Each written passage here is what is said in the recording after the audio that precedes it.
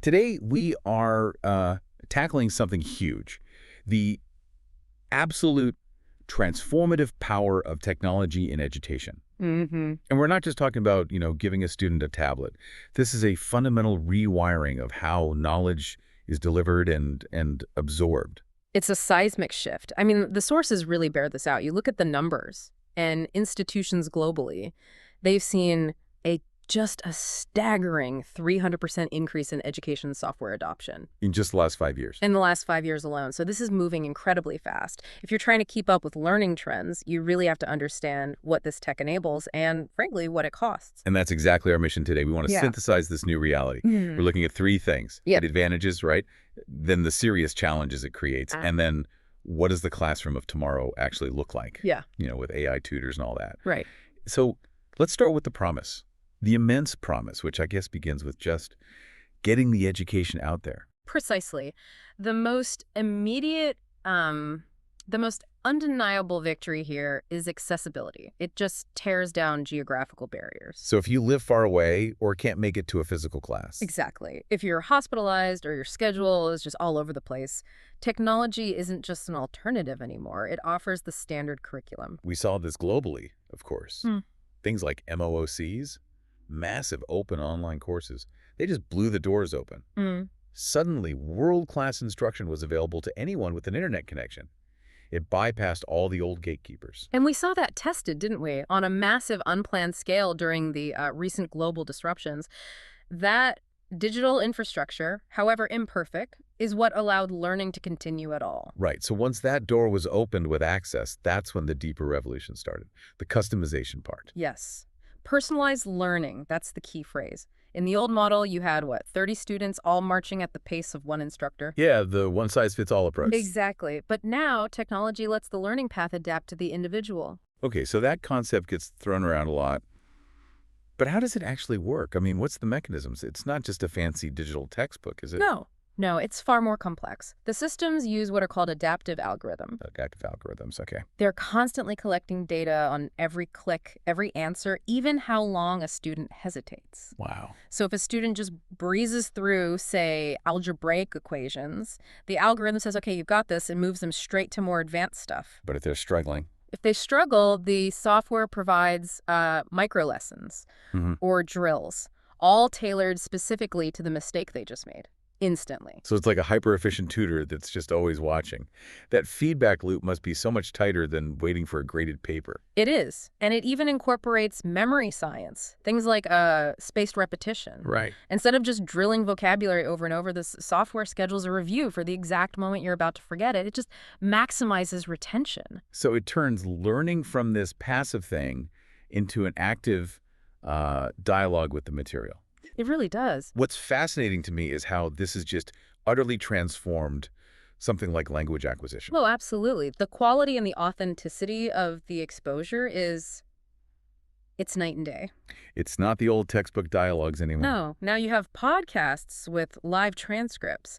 You have pronunciation tools that use speech recognition to give you phonetic feedback right away. So you can actually practice and get corrected without a human teacher right there. Many learners are getting to a really high level of proficiency completely on their own just by simulating an immersive environment with these tools. Okay, and here's the pivot we have to make. This amazing engine of access and customization, it comes with a pretty high potential cost. It does. As we give the learner infinite access, we also give them infinite distraction. That is the core conflict. The distraction trap. The very same device that gives you your personalized lesson is also a gateway to social media, to Netflix, to games. And the sources point to this really common pattern, right?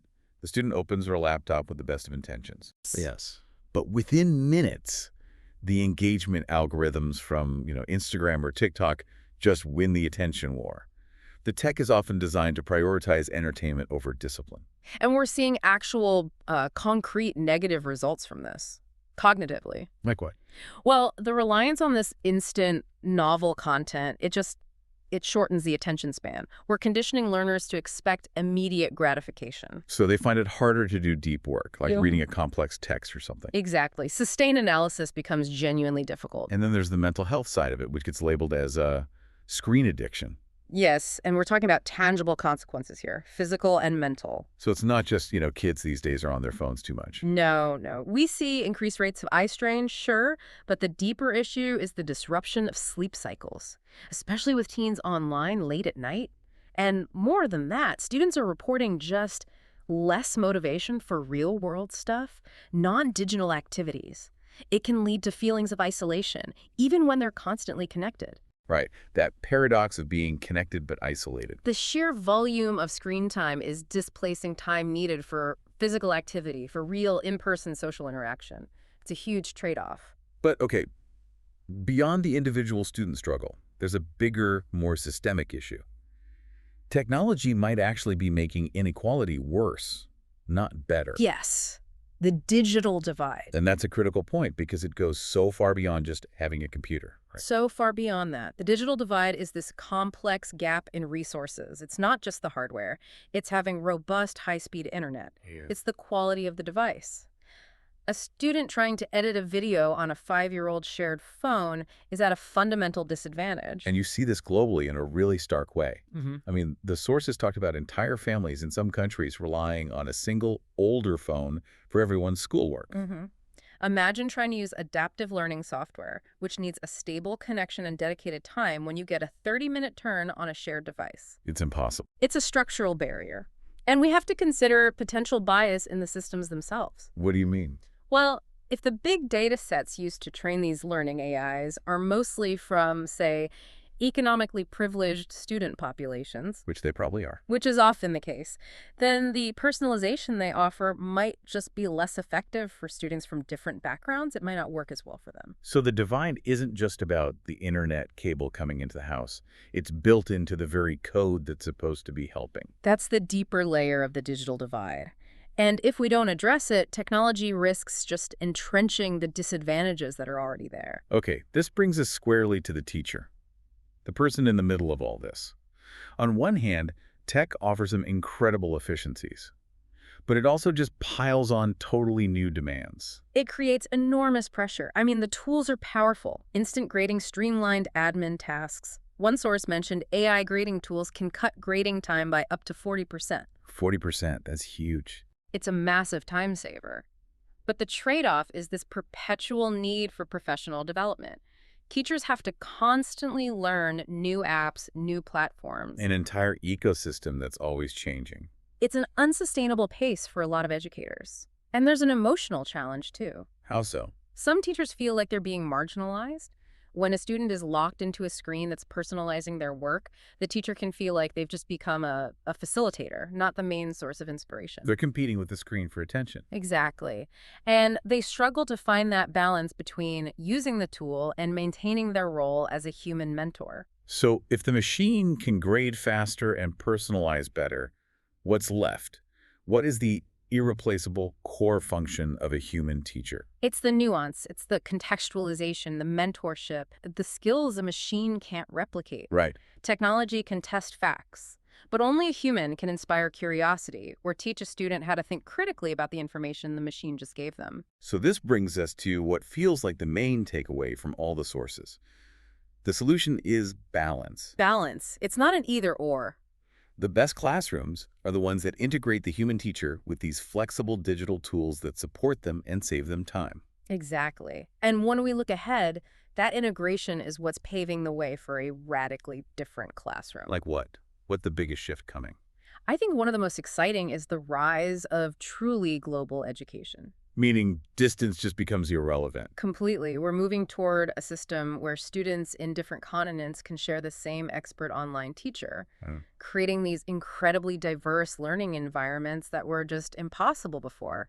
And how that content gets delivered is also changing. You're talking about virtual reality, VR. Mm-hmm. We're moving away from just passive screen time to these immersive three-dimensional experiences.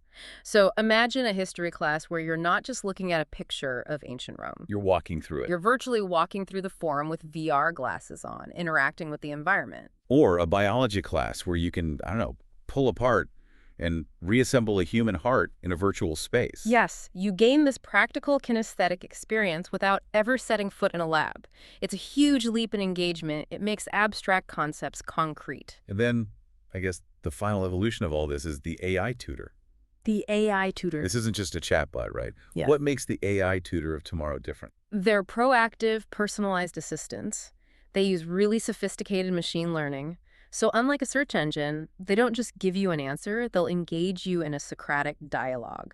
They can spot a fundamental misunderstanding you have And guide you through it. and guide you through the problem-solving process and tailor the explanation based on how you've learned in the past.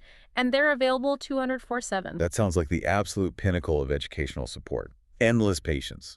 Always available. It's the culmination of that personalization promise, but it's still so critical to remember the foundation of this whole thing. Right. So before we wrap up, let's just quickly distill the key vocabulary here for everyone listening. We've covered personalized learning, right? The digital divide, which is that huge issue of access. Mm-hmm. We talked about finding a balance between the human and the digital, the dangers of the distraction trap. And then looking forward, we've got these concepts of the global classroom, virtual reality, and of course the AI tutor. Exactly. But the crucial overarching insight here, the thing we have to leave you with, is that no tool, no matter how sophisticated, can actually learn for you. No. Technology provides the path and the resources, but it doesn't supply the internal fuel. Yeah. It can track your progress, but it can't instill the drive. That's it, exactly. Students still need those essential non-digital human qualities. Yeah. Discipline, motivation, focus, and above all else, just curiosity. Which raises a really important final question for you to think about. As these technologies become standard, how do we design our educational systems to maximize their incredible power, while at the same time we cultivate and prioritize those essential, fragile, non-digital qualities in the learner that are what really lead to success? That's the real challenge for the next generation of education.